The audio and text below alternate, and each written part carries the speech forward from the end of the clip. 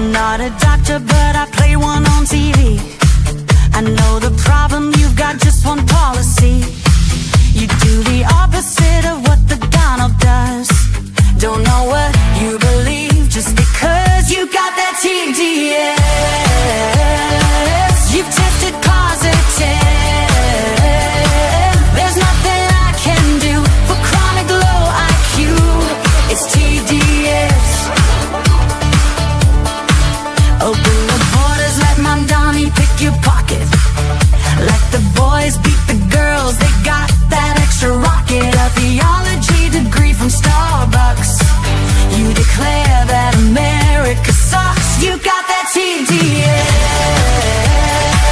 You've tested positive. There's nothing I can do for chronic low IQ. It's TDS. If you're red, alright, let's get this party started. If you're left, you're blue and probably retarded. Like Rosie, De Niro, Jimmy Kimmel, Kathy Griffin. No kings, no kidding, we don't live in Great Britain. If J6 was the worst thing you've ever seen, Soros, burning Sadies, a mostly peaceful thing. Bring back the cartels, commute their crimes, sack the fact checkers like the New York Times. He's a Nazi, a fascist, a racist dictator who lets you say what you wanna say.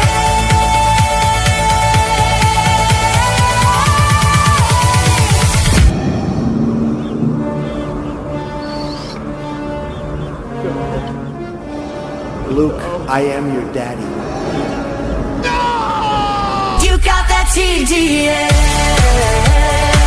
You've tested positive. There's nothing I can do for chronic low IQ. It's TDS. No matter what he says, you must be really dumb, 'cause you keep blaming Trump for your problems. Side effects of Trump derangement syndrome may include violent behavior, delusions, nightmares, insomnia, irrational hatred, hopelessness, anxiety, depression, blue hair, tantrums, inability to form coherent speech, difficulty maintaining gainful employment, and verbal diarrhea.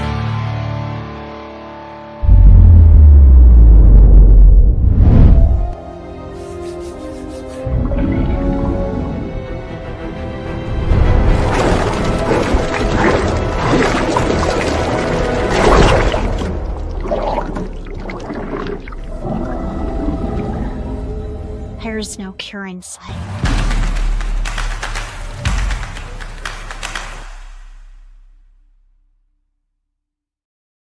Hey folks, how's it going? Welcome to the program. Nice to see you again, and thank you so very much for being here. Today's program is going to be a very interesting one because we're going to talk about history. Here's a quick tease. Do you know the fascinating history of wearing a cross around your neck? Put it in chat. How many of you have currently, otherwise, or whatever, a cross that you wear around your neck? Put it in chat. We'll talk about it when I come back. But what is the reason you actually wear a cross around your neck? Where did it come from? That's what we're going to be talking about. Today's program is brought to you by the fine folks at Gold Co. Here's what I'm asking you to do. It's very easy. I'm just asking you to go to jovanlovesgold.com. That's it. Request your free gold and silver kit today, because now is the time to protect your money with gold and silver. You might qualify to get free silver, right? But you need to understand this loophole, which will protect you, because digital money's coming, folks. It's the way it is. It's going to happen. You've got to understand why having physical assets in your ownership is going to become very paramount, okay? So the question I'm asking you is, do you know the fascinating history of where wearing a cross around your neck comes from? What is the origin story? How did it work out? How did it come into being? That's what we're going to discuss. It's a very fascinating history lesson. Share this right now. Be right back. Did you know there really is a 1,000-plus-year-old abundance and food security secret, which has been kept from modern mankind? Now that secret is published and out in the open, all thanks to the amazing best-selling book, Ancient Secret for Growing Giant Fruit in Small Spaces. Is there really a secret method for growing giant fruit? The answer is yes. But what is even more exciting is this secret method was specifically designed for small spaces. From big yards and land plots to apartment patios and decks, you can grow giant fruit in exceptionally small places, like a garage wall, patio wall, or even your backyard fence. This secret method is truly ancient knowledge, which was exclusively practiced by kings, queens, and the ruling class within their grand palaces, castles, and estates. But thanks to this simple, easy-to-understand and follow book, those ancient secrets are being revealed to everyone who wants to grow their own food and achieve real food security. Think about that. At one time, the secrets and techniques in this book were only reserved for the estates, castles, and lands of rulers and royalty. And now you can do the same thing for your own home. Remember, your home is your castle, and the only ruler you are accountable to is yourself. So why not fashion your home gardens into those which are fit for a king? There is even more than you could ever imagine inside the chapters of this groundbreaking book. Secrets like how to trick fruit trees, which normally take 3 to 5 years to bear fruit, in producing fruit in a matter of months. Or how to use this ancient method to train your fruit trees to not only produce more abundance of nutritious and luscious fruit, but get those fruits to be 25%, 50%, even up to 100% larger than regular grocery store produce. This book is an exciting journey back in time, weaving in and out of various periods in history, filled with fascinating people and the stunningly beautiful lost art of Jovan Hutton Pulitzer's bestseller, How to Grow Giant Fruit in Small Spaces. Get your colorful hardbound or soft copy of this amazing bestseller from Amazon. Learn this lost art, achieve true food security, and then pass this along to your children and grandchildren. Don't wait, do it now. Okay, folks, we're going to go on a historic journey, and we're going to talk about where did it occur in time that people wore crosses around their neck. Put it in chat just for kind of an understanding. I love religious, I wouldn't call it an artifact because it's not an artifact, jewelry, whatever the case may be. I like to collect it. I like having it, right? In the past, at different times, I've worn a cross, never worn it on the outside, always under my shirt, kind of just a reminder to me, but never on the outside. But here's my question. Why or what was your reason? Because everybody has a little bit of different flavor of reason. Put it in chat. What was your reason for wearing a cross under or outside your clothing?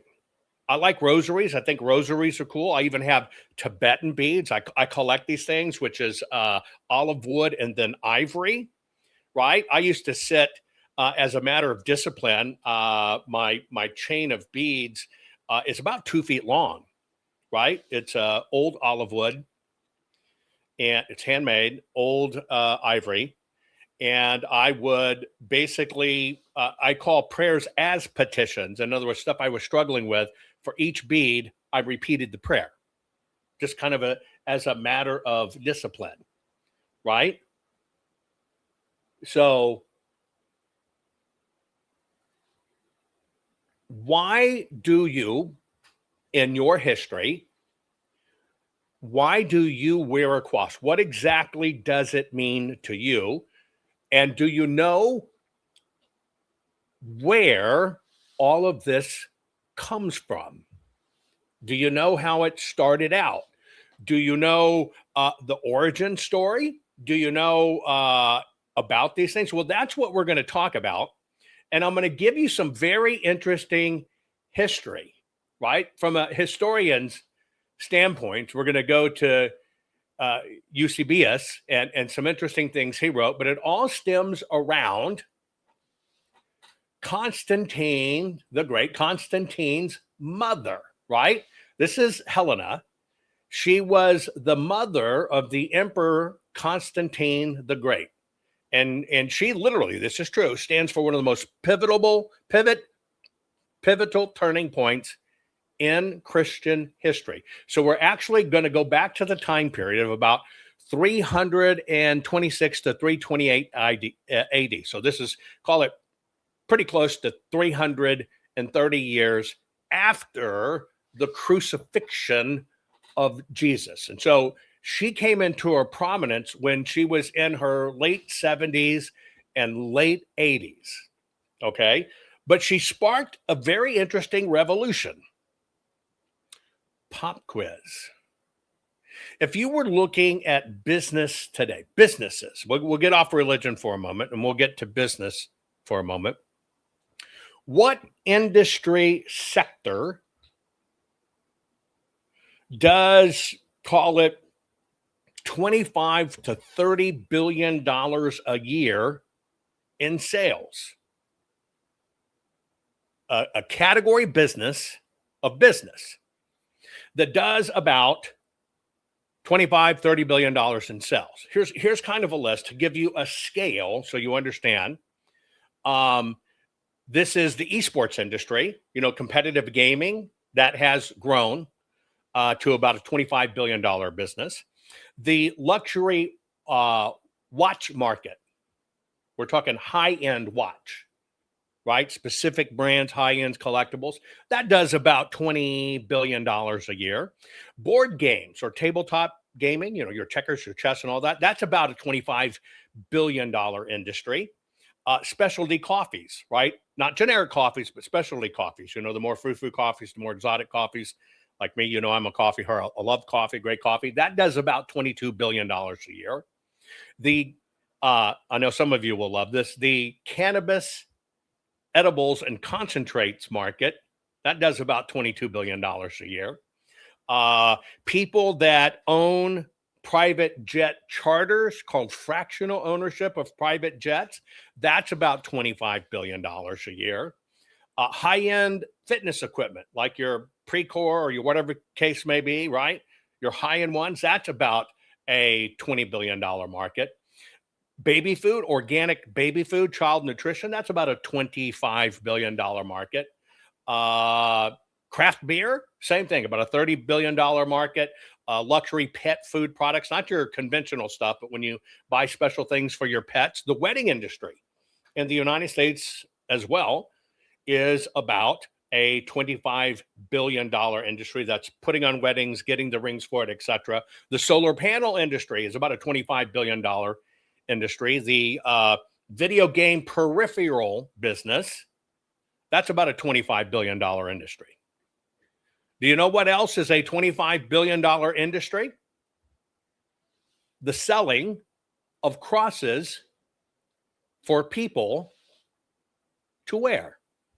Now, you never think about things that have a religious connotation or a faith connotation in it, but from a business standpoint, crosses that you wear is, in fact, a business. It's about a $25 billion a year business. And it's an open market to anyone because the idea of the cross is not owned.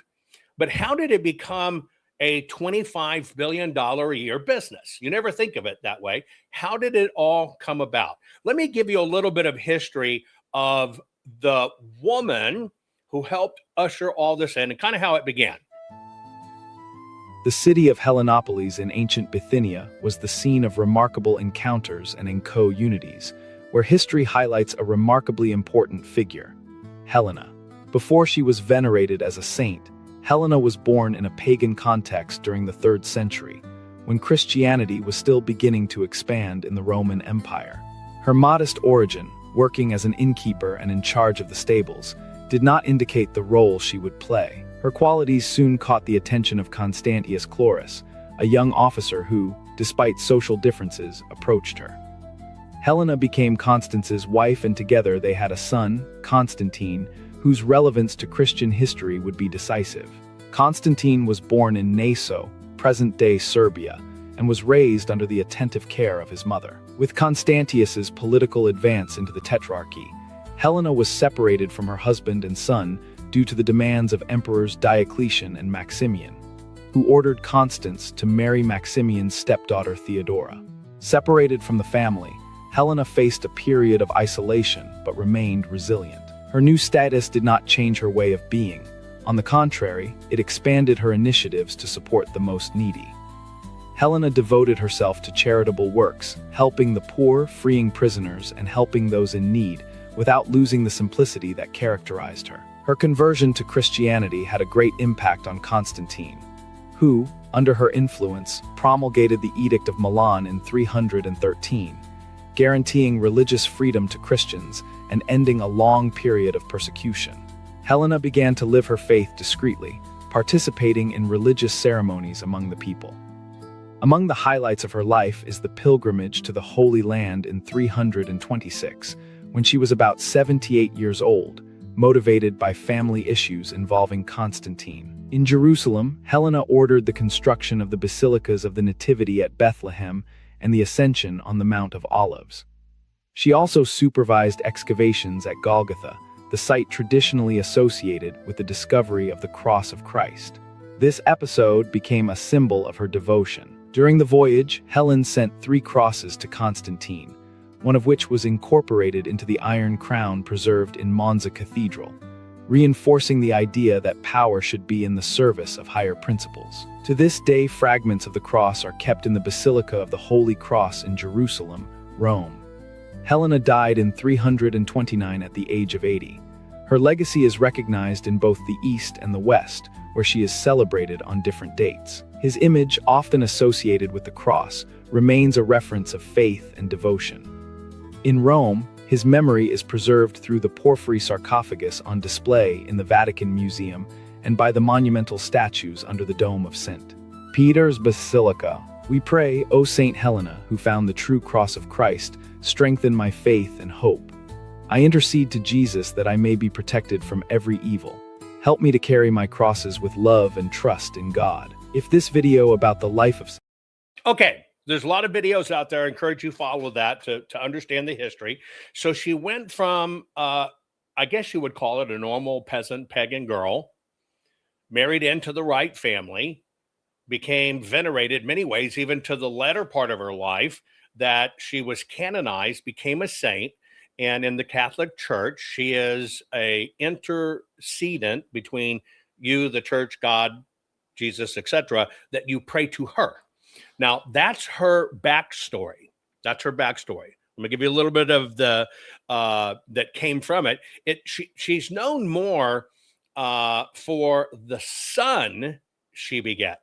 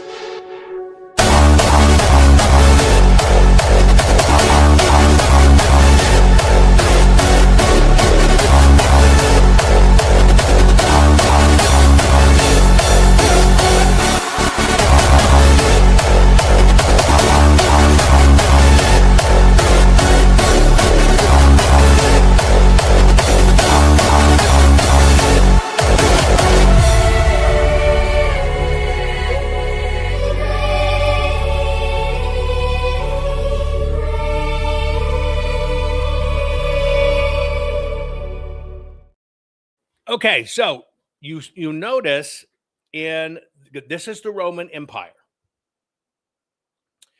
And this is what is known as the rebirth of the Roman Empire, which I'm going to tell you that story in a minute, because the Roman Empire was tearing itself apart.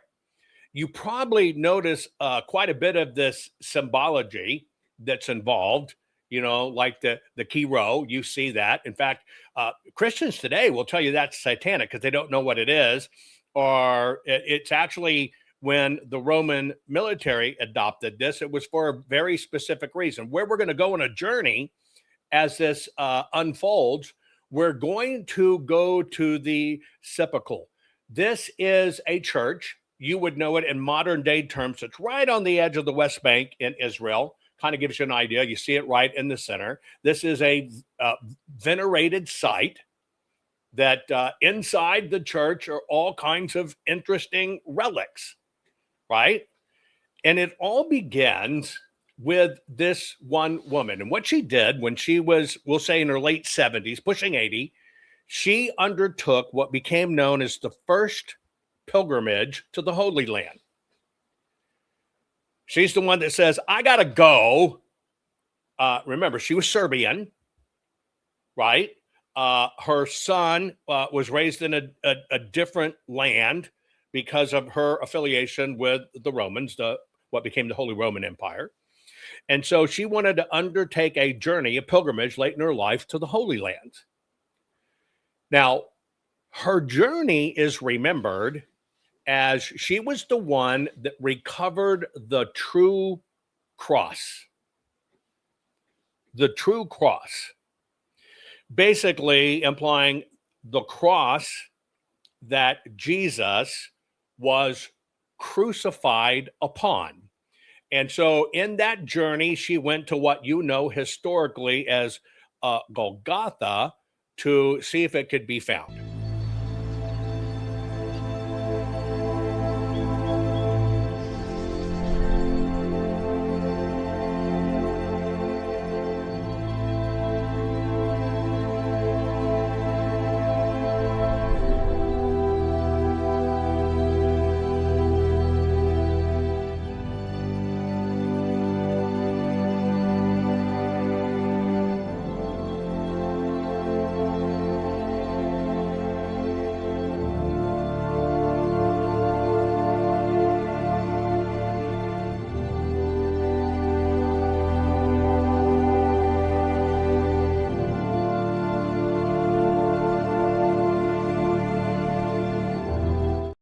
Anyway, you might notice, wait a minute, that wasn't a cross. We'll get to that in a minute. But that was an accurate depiction of Golgotha, what it looks like, etc., where it is. When you get into the church, I'm going to talk about in a moment. If you were to look under the little glass encasement they have there at the sepulchre, that is supposedly the rock that the cross is set in. Okay?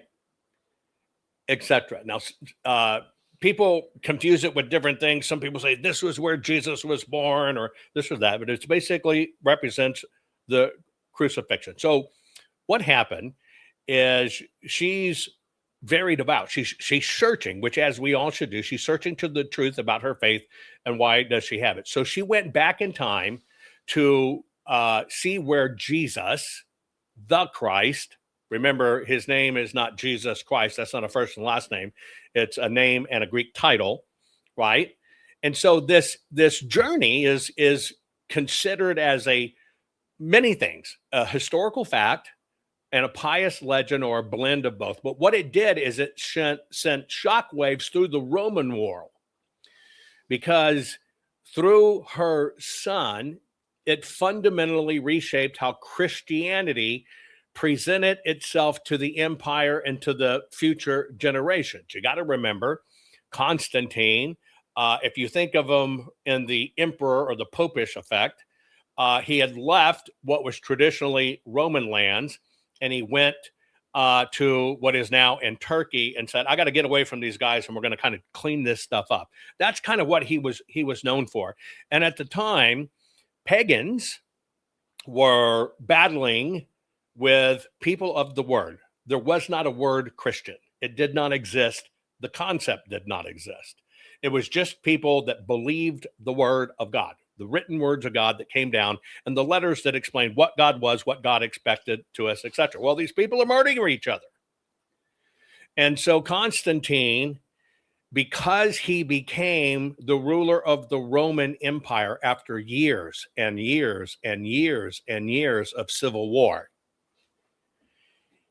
his center of the universe is being destroyed. It's being ripped apart because people were saying, that's not God. And this person saying, well, that's not God. Kind of like, well, you're not baptized, you're going to hell. Well, you cut your hair, you're going to hell. There was the same battles that mankind has fought for a long time. And so his whole empire is imploding on itself. Economy's going to crap, right? Now, at this time, 313 AD, what was happening for hundreds of years prior, the Romans themselves, if you were found to be a person of the word, don't think New Testament, if you were found to be a person of the word, and you believed that you had a direct relationship and connection with God. Well, the Roman Empire didn't approve of that because, of course, you got to go through government. You got to go through them. There is no thing that you can go directly to God. So what happened is for several hundred years, Christians were tortured, arrested, taxed, etc. And this is, you know this later on in history with Islam. When Islam came about another 400 years later, it said, you either worship our way or you're dead, but we won't kill you if you agree to pay us a tax for the rest of your life, and you'll just pay a tax to think the way you do. Yes, history does repeat itself. So what happened during the Roman Empire, and this is why they call it the revival of the Roman Empire, is this business, this way of life was being ripped apart. And so her son, Constantine, issued what was called the Edict of Milan, and it granted legal tolerance to Christianity. This is after hundreds of years of persecuted. The word Christianity is kind of only a misnomer here because that word wasn't used. It's used to describe it today, but it was people of the word. So he basically said, you don't have to worry about being arrested. You don't have to worry about torture. You don't have to worry about death. Constantine began to realize there's power in this movement, right? And he began to think to himself, without going into it, that he could probably use this to his advantage in a pragmatic way politically. So now his mother was very humble, right? How Constantine came about, his mom, just so you understand, she was a concubine for Constantius Chlorus, right?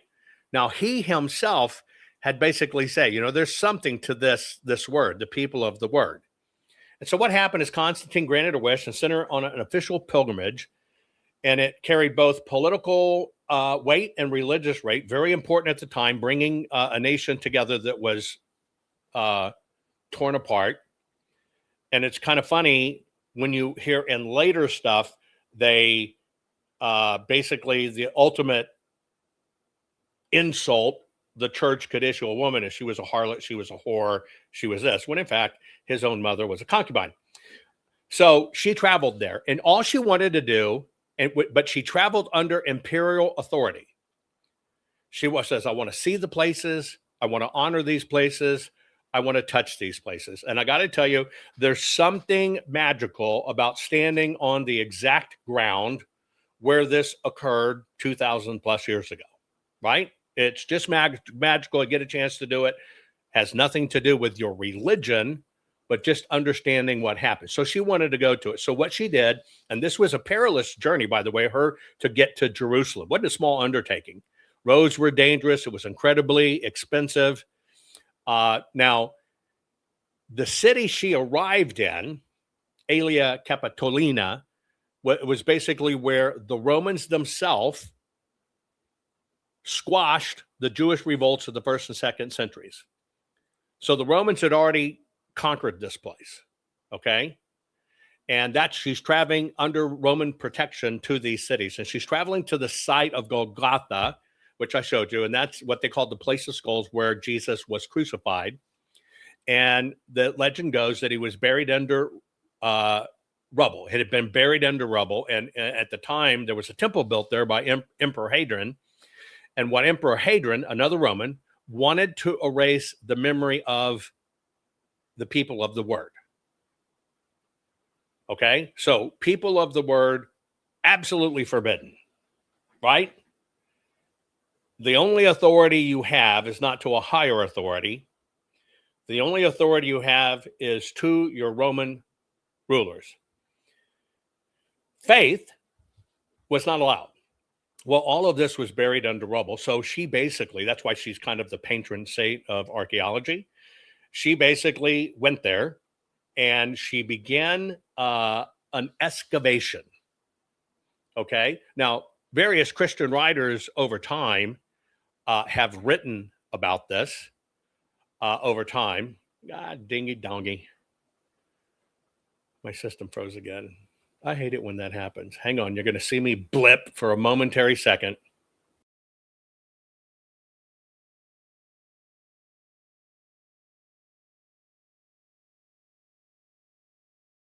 Okay, here we go. And there, maybe just make sure I got sound and stuff right. And so we're going to go back in time and we're going to look at some of these religious scholars at the time. The first one I'm going to take you to, Eusebius is how you say that, Eusebius. So Eusebius writes about this. He's a fellow, a scholar, who in fact personally knew Constantine. Okay. And he talks about they went back, and in this site of rubble, they just happened to find 3 crosses. They're actually called towels. She uncovered 3 crosses at the site. Now, this is 321 years after the event. They're traveling to the base. They clear all the rubble from battles and everything else, and they supposedly find 3 crosses. Okay? Now, you're probably asking, well, how did they know they were the real crosses? How did they know these were the authentic artifacts?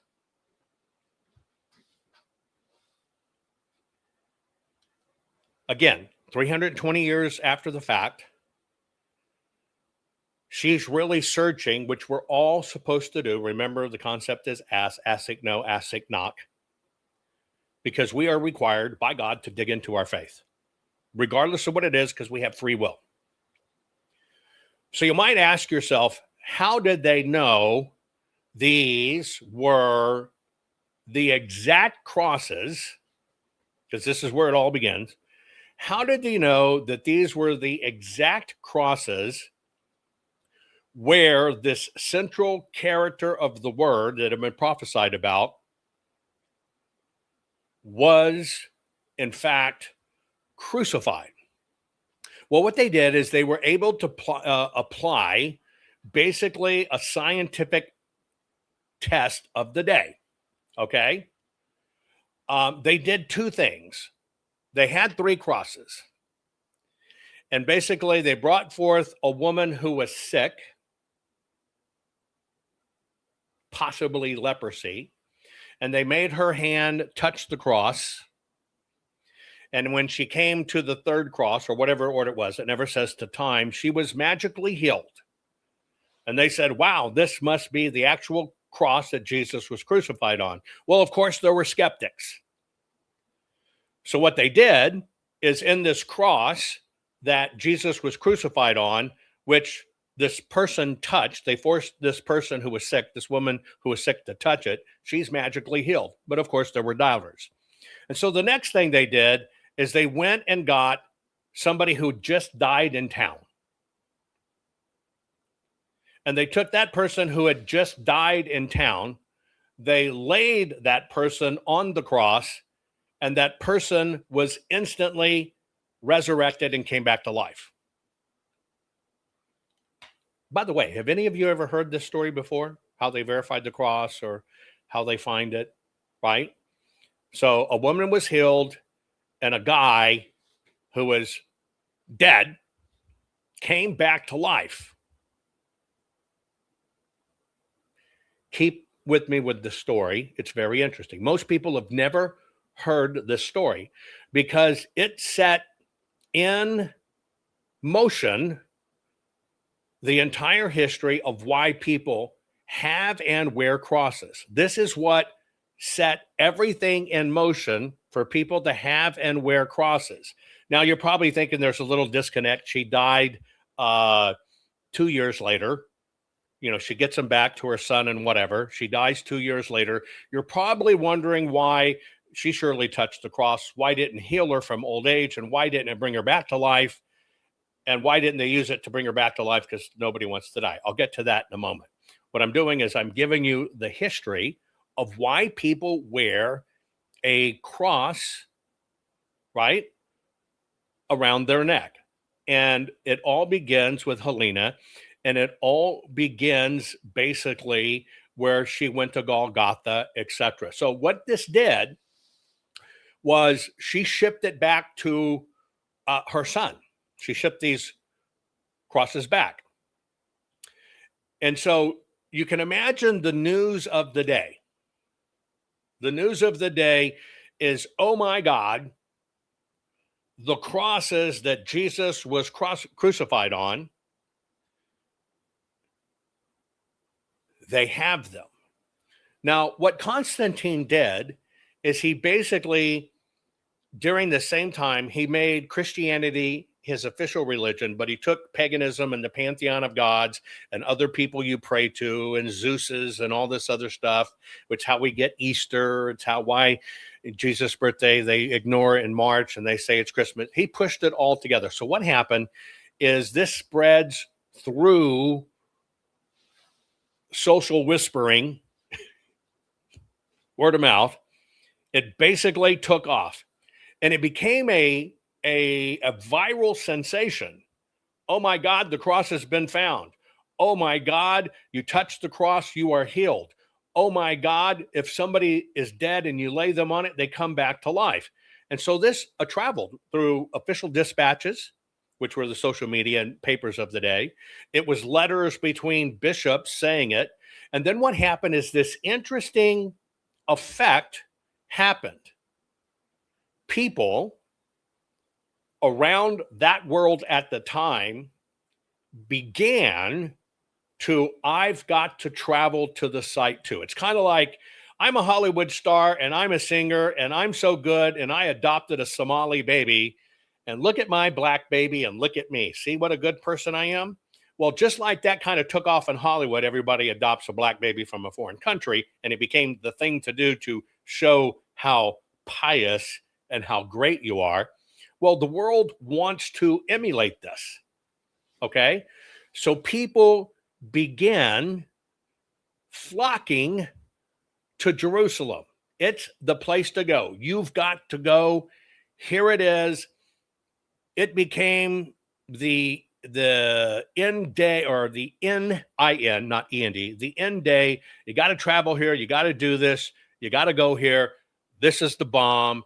And if you're anybody of consequence, you've got to go to this place.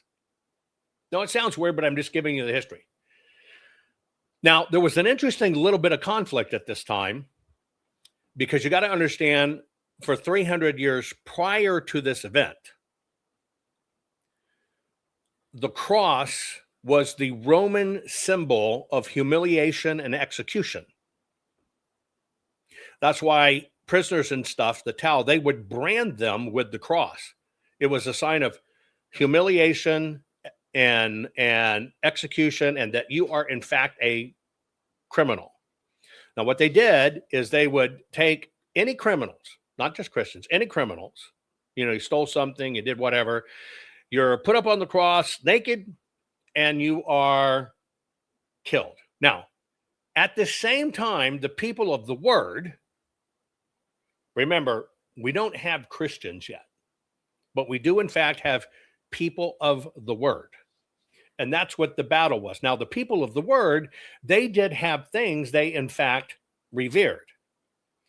Ithias, the fish, sort of the little symbol of the fish, the symbol of the anchor, and the symbol of what's called the good shepherd. Those were the symbols if you were a person of the word. You completely shunned and you stayed away from the symbol of the cross, because the cross carried too much stigma with it. But now somebody's basically found this magical piece of wood. And somehow with Christ on the cross, crucified on the towel, which became the cross, it had magical bowers. And what she did is she not only sent this cross back, by the way, it was in pieces, right? Kind of like Search of Oak Island. I found wood. Anyways, all these different pieces. And they send it back to Constantine in its empire. Now, Constantine is going, wow, people really dig this shit. This is only a history lesson, folks. I'm giving you the history of why people wear a cross around their neck. This is only a history lesson. This is not a faith lesson. It is not a religion lesson or anything else. It's only a history lesson of how did all this occur, right? So what Constantine realizes, wow, this is a powerful symbol. So what he does is he says, I'm going to build a building here. Because look at how many people, poor people, rich people, medium people, whatever, man, this makes people gather. And so what he did is he got parts in the empire. There were parts left in Jerusalem, etc. But on that site where this was, on that site, that is where they built, they built this place of worship. Sepulchre is what it's called. It's the church. And all of a sudden, religious icon became the bomb. So he decided to build this church there on that site, to a basilica to be built, Church of the Sepulchre. And what he did is he did a combinative move. Remember, this is the fellow that told you Pesach, Passover is Easter, combination. Sabbath is now Sunday, combination. Celebration of the birth of Jesus is not going to be in March. We're going to move it to this. And his birthday is going to be, Christmas. It was all this combining efforts, because remember, he had an empire that was being tied apart, and he had to have everybody accept this new version of it. And so this particular place, why he did the church there, is this became the official place where this is what was proclaimed. This is where the crucifixion took place. This is where the burial took place. And this is where the resurrection took place. Now, this was profound. Something like this had never been done before in history. And he spent in modern times, $200 million in his time to build this complex. This is the original approved mega church destination site. $200 million of his time to do it. So all of a sudden, what happened is this brand new thing, which was beginning to get a new name, now not only got pushed with the old Pantheon and together, but it led to this physical structure called the church. And that issued a monumental statement, because it basically said, we're not persecuting religion, but by the way, your emperor thinks this way too. Your emperor thinks so much, he took his money, $200 million worth, and he built this place. Now, the question you have to ask yourself, if the emperor with the wave of a hand could feed you to the dogs or could put you in the arena or whatever, are you going to go, well, I'm like that too. I adopted a Somali kid. Look how great I am, right? I wear Nikes. right? I drive a Tesla. See, I'm too. I drive a Tesla. Well, what it did is it created this interesting wave. And it became, if you were fashionable, if you were on the in crowd and you wanted to align yourself with the emperor, I do as the emperor does. I'm as pious as his mother. I'm going to Jerusalem too. Well, it kind of spawned this cottage industry. And this is where people started traveling to these holy places. Well, now people could actually, I know this is going to sound weird, I don't mean it by, but you would travel a long distance to touch wood.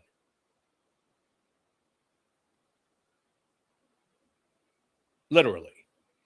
So now what you want to do, because you heard that this piece of wood heals people and this piece of wood resurrects people, people are flocking to this place. Now, the word became, if you can touch the wood or if you can see the wood, it is the 100% equivalent to touching or seeing the actual body of Christ. And so this became what is called the physical connection. People that needed to see proof, which is like, I see proof of God in so many things, it's nuts. But in people to see proof, the official see proof became these crosses, became you go to the church. Well, what happened is all of this started in the 4th century. Now, during the 4th century, what happened to these pieces of cross is they were all kind of spread across the empire.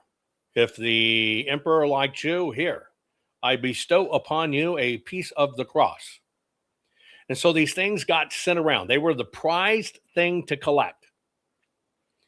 Only a few churches had them. And if you were going to build a church, think, I want a Jumbotron system, mega screen, 100-foot wide system, and I want a rock band. Well, at the time, if you want to draw people to the church, you need a piece of this cross. And so if you're trying to build your version of the physical building, which became a thing because everybody is trying to emulate what the emperor himself did, and people across the world are going, well, that's a pretty good idea. Never thought about really building a building, but how can I get people to come to my building in my area? Because not everybody can afford the price to, take the year off for the pilgrimage to go to Jerusalem. That's just for the rich people and the billionaires. And so it was, well, how can we make this for everyday people? So that's kind of where building churches became the fashion. And when this exploded, it really exploded in the Middle Ages. Because a lot of different things happened. First off, you now had a building that I might not be able to go to Jerusalem. I might not be able to step in the sepulcher church, but damned if they haven't built one in our neighborhood. And I'm going to that one. And the reason I'm going to that one is because they also have a piece of this wood.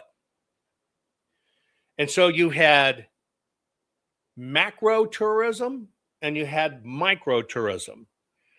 And in the macro and micro tourism, just like any religious site in the world, it made people come to your structure. They came to your structure because they believed your structure is great. They learned that this cross is Christ. If you touch it, see it, or anywhere near it, it's like being in the presence of Christ. And so you want to kind of go to these places. So it actually became a symbol. Now, what happened is everybody's getting in on it. Interestingly enough, the very Romans that would arrest or imprison people of the word that had been done for hundreds of years, people were naturally afraid of the police, although this was military. So you got to understand there's hundreds of years of fearing the Romans. You see the Romans coming on the horizon, they're coming to take your shit. You follow what I'm saying? And so, in a political military move, okay, they took an old symbol, combined it with a new symbol, and they basically, the Roman soldiers started wearing it. And this is where the key row comes in. You've seen it all over. And so this is how the soldiers had a symbol on them. Don't fear us, right? Don't fear us. We're the good guys. In case you didn't know it, this is the official monogram of Christ. They just hadn't figured out how to put it on clothing yet. But this is the official monogram of Christ. If you wear this monogram, then you are a good guy. That's how you saw it on all the Roman legions. I'll play you that video before. This is how this is where symbology takes off.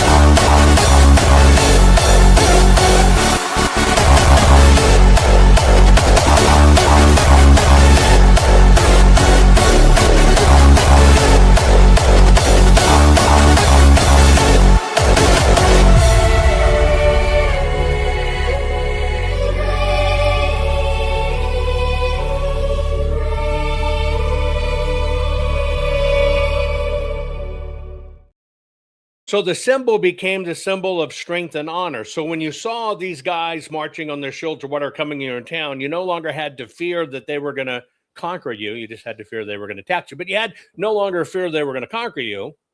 It's not profitable to kill you.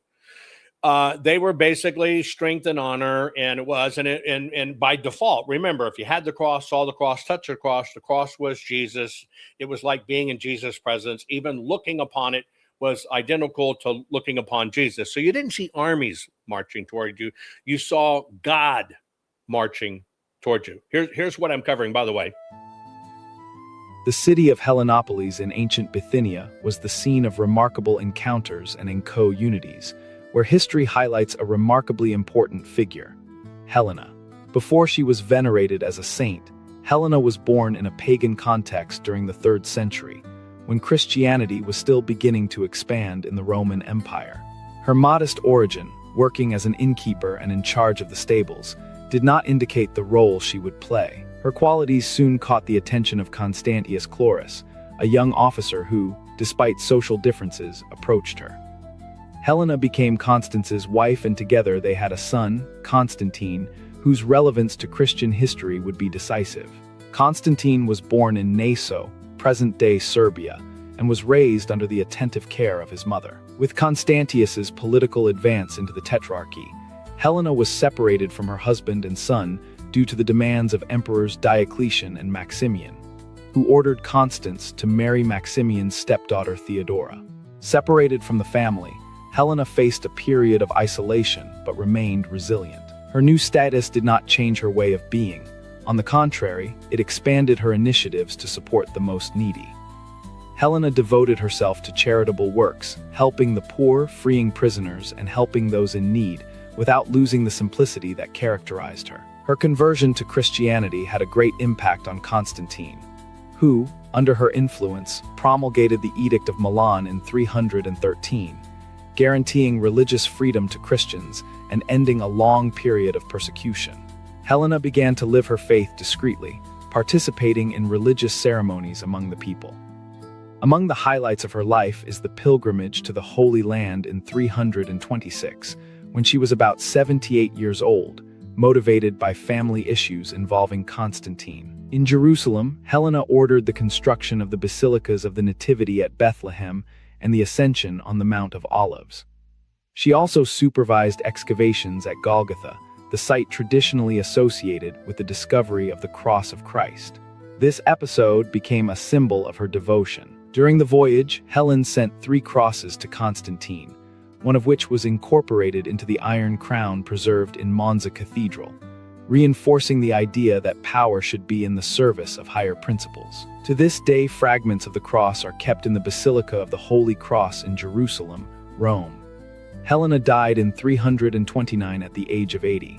Her legacy is recognized in both the East and the West, where she is celebrated on different dates. His image, often associated with the cross, remains a reference of faith and devotion. In Rome, his memory is preserved through the porphyry sarcophagus on display in the Vatican Museum and by the monumental statues under the dome of St. Peter's Basilica. We pray, O Saint Helena, who found the true cross of Christ, strengthen my faith and hope. I intercede to Jesus that I may be protected from every evil. Help me to carry my crosses with love and trust in God. Okay, so this became the approved symbol. It became the approved symbol of compliance. It transformed Romans from people who were hated to people, no, we're the good guys. We're not going to kill you, but we are going to tax you and you are going to feed us and you're going to take care of us. But no, we're the good guys. And so this kind of caught on. Now, remember, there were a lot of compliance issues at the time because they slowly moved the Sabbath from Saturday to Sunday. They moved it because they needed to find a way, will you comply with what is officially sanctioned? Think COVID mask. Okay. So what happened is the people themselves go, wait a minute. If these guys are showing me from a distance, hey, I'm a good guy, especially when they know different. These are the guys that always came, take my food, rape my daughters, took my lambs or whatever, and I got to feed them and I'm obliged to do it and I've got to feed them. Well, people understood maybe I can head off some of the criticism. Maybe I can head off some of the judgment because they recognize, wow, this is what the emperor does. This is what the emperor approves. It comes from his mom. This cross, oh my God, I can't afford to go to Jerusalem. I'm not that whatever, but it started taking off. And so these things called the church started coming off and the symbols started coming off.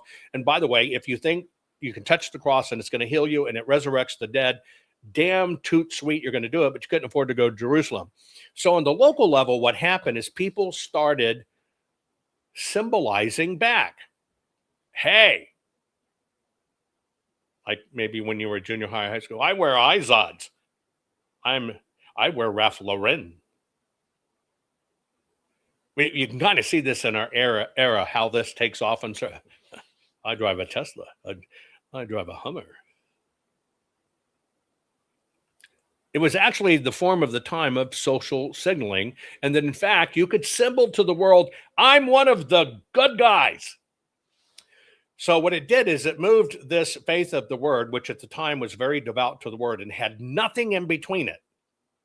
Nothing. All of a sudden, the word of God now had a filter point. Instead of you taking exactly what Jesus said, you have a direct connection for God. It says, no, it should come through this building. It should come through our people. You should come here and get it because you can't get it at home. You can't get it at home. You got to come to this building. And so that's when two things merged. It was the tension between doing what God tells you to ask, seek, knock, to find it for yourself, dig into me yourself. You have free will. You must choose a free will. And when this thing of faith became an institutionalized system. Now, do not confuse this. She was on a personal journey of exactly what God gave you to do, free will, but God commands you to dig and to dig deep. She was honoring her faith, trying to get answers of her faith, right? So it took off. it became, wait a minute. Well, then another part happened.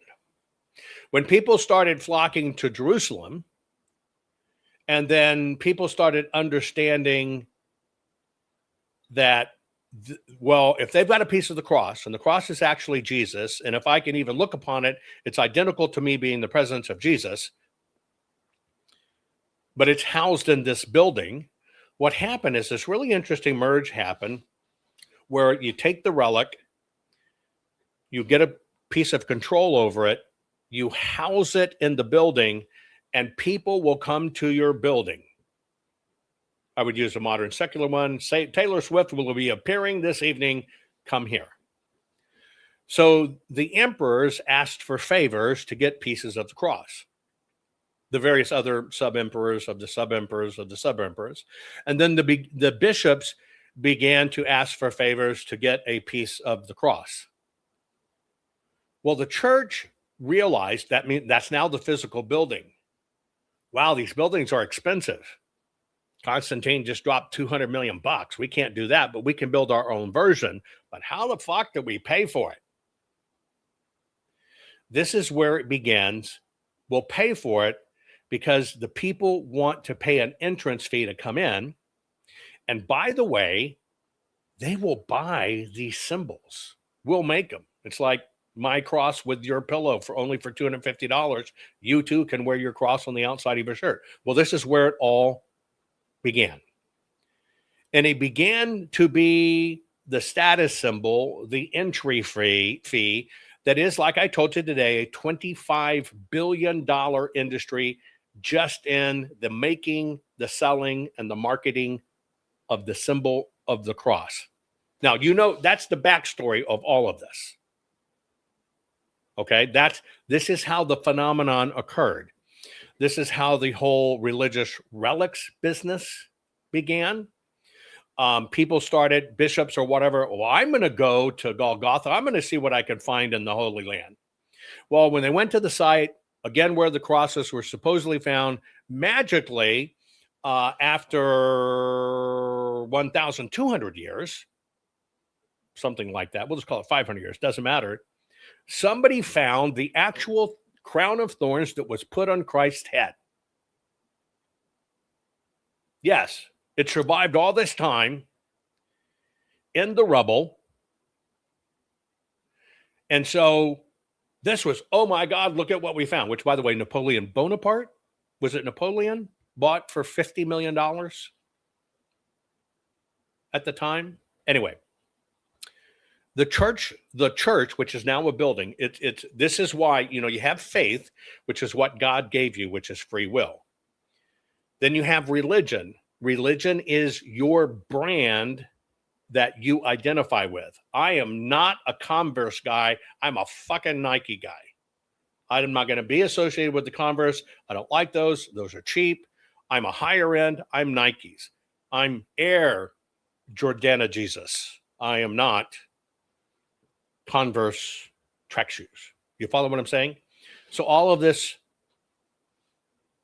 took hold. What happened is, at that time, then people moved to a different part of it. Is you don't have to search anymore as God commands you. You don't have to search anymore. Because I, the church, will give you a piece of this fellow Jesus, and I'm doing it out of love, and $250 just as a contribution. You're going to get this cross. And you too can wear this cross and show people that you have been through the trials and tribulations, you have searched, you have dug. Now, granted, you didn't go to Jerusalem. Granted, you went to the building. Granted, you never really got to see the cross there. Some of the crosses say, well, this is the splinter of Christ, of the cross, of the splinter pulled out of his side. This is the splinter that we found on the right side. This is the splinter we found on the left side. All of these things begin to pop up, and they got you into the building. And so this is what led to institutional packaging and commercialization. This is the origins of the cross. And what it did is if you had one, just like the Romans, you got to imagine the Romans are marching into town. For hundreds of years, if you saw them in the distance, you freaking ran. Why? Because they're going to take all your food, they're going to drink all your wine, they're going to eat all your animals, they're going to rape your kids, they're going to take your boys as soldiers, and they're probably going to kill your ass because you're too old to fight. And by the way, then the land automatically becomes theirs. Well, the Romans had used it successfully by doing the key row, and you said, oh, it's the good guys. And everybody wanted to be one of the good guys. And now this is how the packaging took off. And it, in record numbers, people adopted the approved image, the approved merchandise, the approved symbols, etc. It was no longer hidden. And this was the viral event of the day that started in the 400s, right? Now, Helena is venerated in both Eastern and Western traditions. But you've got to understand one thing uniquely happened. This was wholly, with a W, W-H, wholly owned by the Roman Empire. Everything came through the Roman Empire. Everything. It's got to be approved from here. It's going to matriculate down. You're going to get a piece. If you didn't get a piece, then in fact, you can own a piece, and you can either own a piece by mounting your own expedition, which was expensive, or you could have the approved ones that were approved by the system. This exploded. This is where it became a mega industry. By the 8th and 9th century, the demand was insane, because you can imagine the local bishop got his church and his buddies and the rich people that were helping build the church and whatever. You got a rich donor, the rich donor say, I want a little sliver of that cross of my own. Well, you can only kind of whittle these things down so much, you thought, right? Everybody, every institution, every politician, every person of importance, I want a piece of that. I helped you build this building. I want a piece of that. Then the church realized something. Well, I guess I could give you a piece of it, but you got to give me some of your land. What? I'll give you an official piece. I'll give you an official piece. I like you. I know you supported me. I know you tell all your surf workers to come to this building and whatever. And yeah, I want to do you a favor, but tell you what, if you will give me part of your land, I will give you part of this relic. And thus begins the Holy Roman Catholic Church, the Catholic Church as you know it today, becoming the single largest real estate holder in the world. The Roman Catholic Church is the single largest owner of real estate in the world. But after a time, they can only splinter off, cut off, chew off, chip off. Here you have a thorn. Here you got a thorn of this. It kept on becoming rare. And in that vacuum, the single largest part of the medieval economy associated with the church, because remember, you're given grain to the church, that's your tithe, that's where it comes from. You used to be, I told you this before, you raised your fields, you left a little sliver of the field over here, it kept it, and people that were in need would come to your field, and it was totally fine. They would harvest the grain or whatever, and they could feed themselves. Well, they were able to direct all of that through the building, through the church. Well, no, we're going to control the food. We want them to come here to get it, right? And so during the medieval period, one of the single largest, fastest growing segment of commerce in all of quote unquote Christendom in the 8th and 9th century coming in the Middle Ages was in fact the relic business. And if the church had a knuckle of St. Canonicus and you wanted to look at the Canonicus knuckle, then okay, I'll let you look at it. I'll let you touch it, right? And it's not Jesus, but it is somebody who went to the Holy Land, who actually saw the cross, who actually saw this, said this was great. They got a piece of the cross. They died, and we've now been taking the bones, which we didn't used to do anything with, and now we got a knuckle and a forefinger and a thumb joint and a knee joint and all this, and we actually have St. Nicholas's kneecap. And if you want to see that kneecap, you've got to, one, you're going to have to kind of vote my way. When I say things need to be done to benefit God, you're going to have to do it, because remember, when I come walking, I'm wearing this badge that says I am God, and so you got to do it. And you really want to be part of that too, because you don't want to be left out. So if you'll give me part of your land, then I will grant you a knuckle audience. This was the trading big mega currency of the day, kind of like I spent $100 million on this painting, right? But they still had gaps because there wasn't enough proven religious artifacts that could really be the bone knuckle, the ankle bone of that. And so that's where the heavy consumer market began. And that's where, for a price, you can have a church sanctioned reproduction, although it's small, and you can buy it on the open market, but it has to be bought through the church. You can't buy it on the street. That's forbidden, right? And that's where I said Napoleon. It's King Louis of France the Ninth. He's the one that bought from Emperor Baldwin II the crown of thorns, $50 million at the time of today's dollars. What it was major. It was like 12,000 or 135,000 livres way back then, right?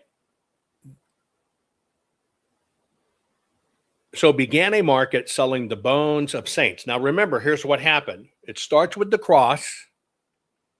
326 years later, no, this is the real cross. We know it because we made a sick woman touch it. She was healed. We know it because it put a dead man on it, and he was healed, and he came back to life. That's how powerful this is. Yes, you can touch it for a price. You can see it for a price. You can visit at this destination. And then as that really took off, everybody's looking for the next cool product. mycross.com, order now, promo code Mike Lindell, $250. You could buy your version of it. And so they started, everybody who had got pieces, who had now been sainted, who had now been, no, those are holy, man. They looked upon it. They began to sell body parts.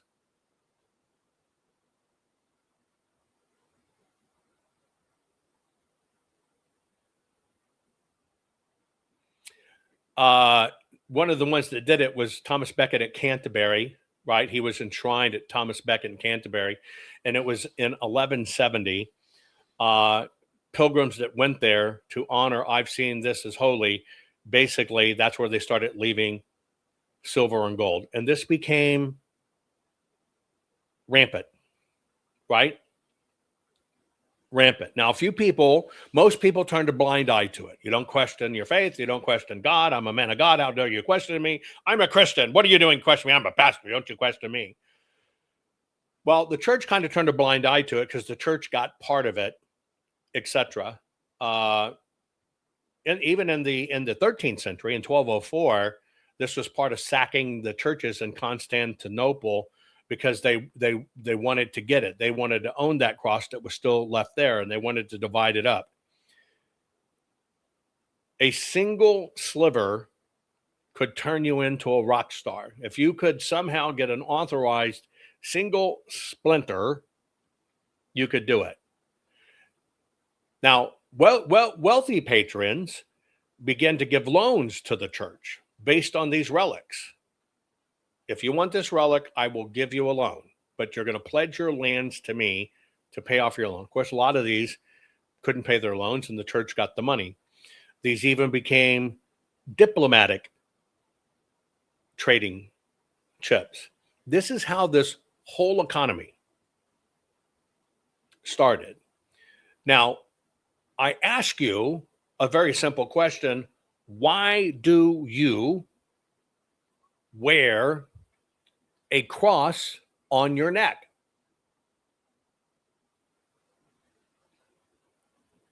Most people will tell you, I wear it to show I am a Christian. I am a true believer. The only question I ask you is, did you know this history? I just gave you the authentic history, very precise. How did this phenomenon of wearing a cross on your neck come from? How did it take off? How did it become a thing?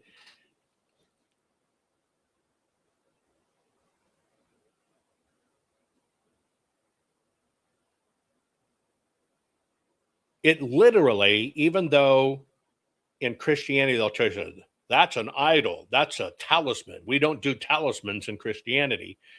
The cross was the single most important talisman of its time in the Middle Ages, until there became competition with talismans. No, it can't be this. It must be the cross. The cross isn't a talisman. Your fava bean is a talisman. So don't you wear a fava bean, because the only one we've sanctioned is the cross.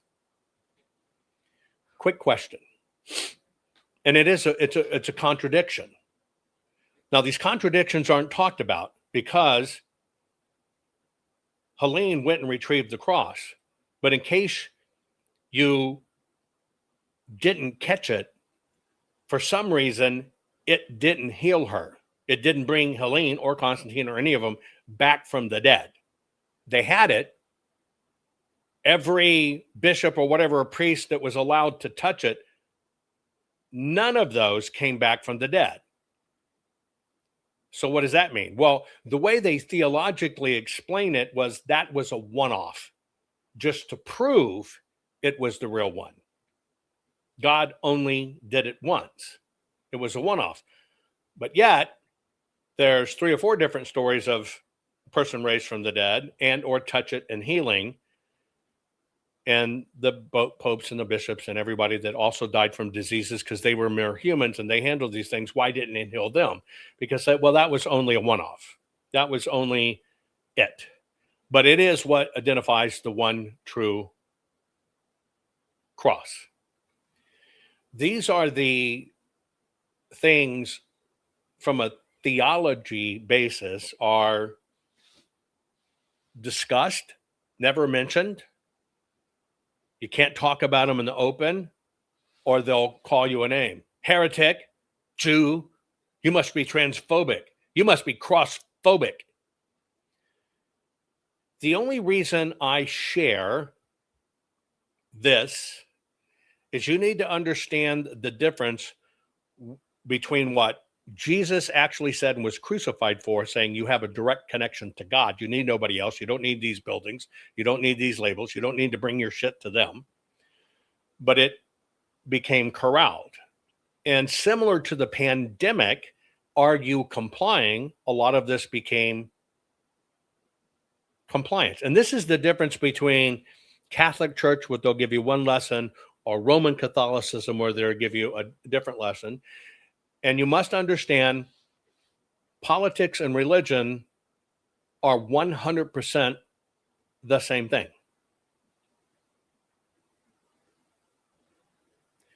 I'm choosing my words carefully here.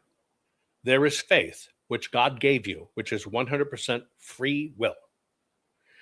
It is incumbent upon you to ask questions, to seek out truth, to knock on the door to truth, to know when you're there and to arrive. I know my history, my facts, and everything are there. That is what God directly tells you to do. The question is really, who made the decision for you? How did you come to a decision that I'm going to wear a cross? I'm going to wear this cross on my outside so everybody can see it. And this is what it means.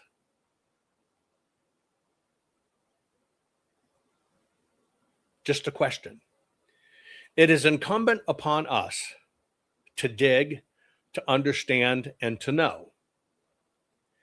At a time in history, you couldn't say, and it became forbidden to even say you were a person of the word. No, you're a Christian. But then you had to prove you were a Christian. You must prove it. You must come to this building.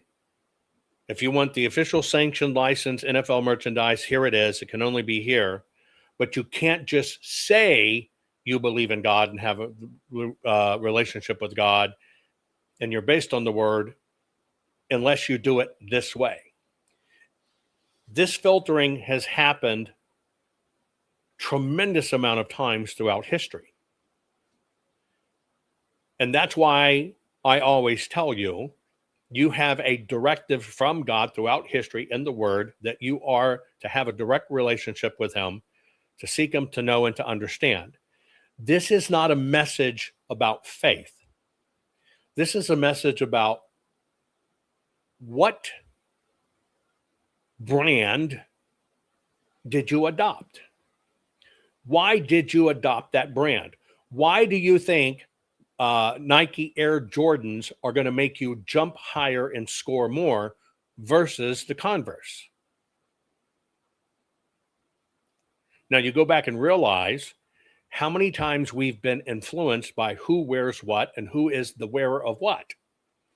You now understand the concept of celebrity endorsement has been around for a very, very, very, very, very, very long time. A very long time.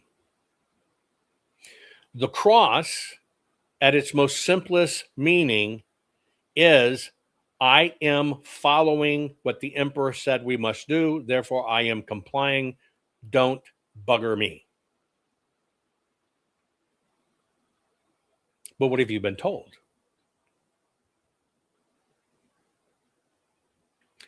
So you see, in all of these events, starting with one woman, very interesting economies that changed the world, generated a shitload of money, were created. That is why I say what we are instructed by God from a mankind standpoint is to directly ask questions so we can understand, seek out the truth, seek God, and know when you're looking at it. And to have discernment about what's God, what's man. And that is why in this discernment issue is there are three things at play always. There is faith. Faith is your 100% direct connection with God, period. That is faith. That is God-given, that God gave you free will. Then there is religion, which is, this is the brand I am willing to identify with. It's disconnected from faith. It is the brand that I am associating with, where when you look at me and my brand, you understand who or what I believe or I am. And then there is the church, which was the decided funnel, stadium, movie theater, amphitheater, mall, whatever the case may be, where you don't talk to God without us. You come here to talk to God because it must go through us. Now you know the history of the cross. It's very interesting, isn't it? And the question for you is, what is your personal journey? How much of your personal journey in your faith comes from your own study of history and fact, filtering it through that what is God, and how much of your faith is driven by the brand or the style that was given to you by somebody else to basically say, look at me, I'm one of these particular types of people. Share this program. I love you all. Are data centers going to destroy America? Will data centers and artificial intelligence rob our water supplies? Will it drive up our energy costs? What's fact? What's fiction? Here is the truth no one talks about. America must win the AI data center war, or surrender the future to the great dragon. Award-winning, 4-time best-selling author, technology, pioneer and futurist, Jovan Hutton Pulitzer, presents the definitive manual for winning this war against China, the three-toed dragon. Communist China's secret war to end American AI and data centers. China's relentless drive for AI dominance is no longer a distant threat. Through massive state-backed infrastructure, voracious energy consumption, and strategic control of global supply chains, the CCP is building an unstoppable technological empire. While America debates policy, China executes. This is not another tech trend. It is the decisive battlefield of the 21st century where data centers, power generation, cooling systems, and sovereign energy infrastructure will determine who controls intelligence, economic supremacy, and national security. This fact book, guidebook, handbook, and war plan cuts through the noise with meticulously researched intelligence on the hidden realities of AI data center demands. Exploding power requirements, industrial-scale water usage, heat island effects, liquid cooling breakthroughs, hydrogen and off-grid solutions, semiconductor vulnerabilities, and the strategic choke points China already exploits. It delivers actionable blueprints for American victory from. Do you have this #1 runaway bestseller as part of your homesteading library? Introducing the Food Forest Bible. How to create a food forest. Sustainable, self-managing, natural food production for self-sufficiency and food security. We all know the system is broken, but food sovereignty and survival is up to you. Will you comply or defy? You will own nothing, eat bugs, and be happy. Or so the system says. Is this why America's largest food processing plants and food supply plants keep burning down? Do you really think this is a coincidence? Of course not. The system is telling us right to our faces what they have planned for us. You have a choice. Comply or simply defy their plan for us all. Defy the system's plan and execute your own plan. Abundant, safe, secure, natural food supply. Introducing the Food Forest Bible. This bestseller by Jovan Hutton Pulitzer is the single most complete, executable, easy-to-follow plan for sustainable, self-managing food production for self-sufficiency and food security. For the first time ever, a coffee table, heirloom quality full-color book which unlocks the ancient secrets of creating a food forest. Imagine planting in a way which requires no digging, no pesticides, and creates massive ancient food abundance. Is technology killing our children? Are we inadvertently tuning our precious children and grandchildren into killers? The Gollum effect is real and it is stealing our children. Award-winning, 4-time best-selling author, technology pioneer and futurist, Jovan Hutton Pulitzer presents the definitive manual saving your children, grandchildren, and all future children from the Gollum effect. Precious pixels, deadly devices, how the digital and social era is creating killer kids. The Gollum effect is real, and it is stealing our children. The Gollum effect is not fiction or exaggeration. It is the quiet, relentless transformation happening in homes, schools, and bedrooms across our nation. Just as Smeagol became the hollow, obsessive Gollum clutching his precious ring, our children are being consumed by screens, algorithms, and digital validation that promise connection but deliver isolation, anxiety, fractured attention, and distorted identities. We see it in the toddler who tantrums without a tablet, the teen who cannot hold a conversation without checking notifications, and the young adult adrift in comparison and purposeless scrolling.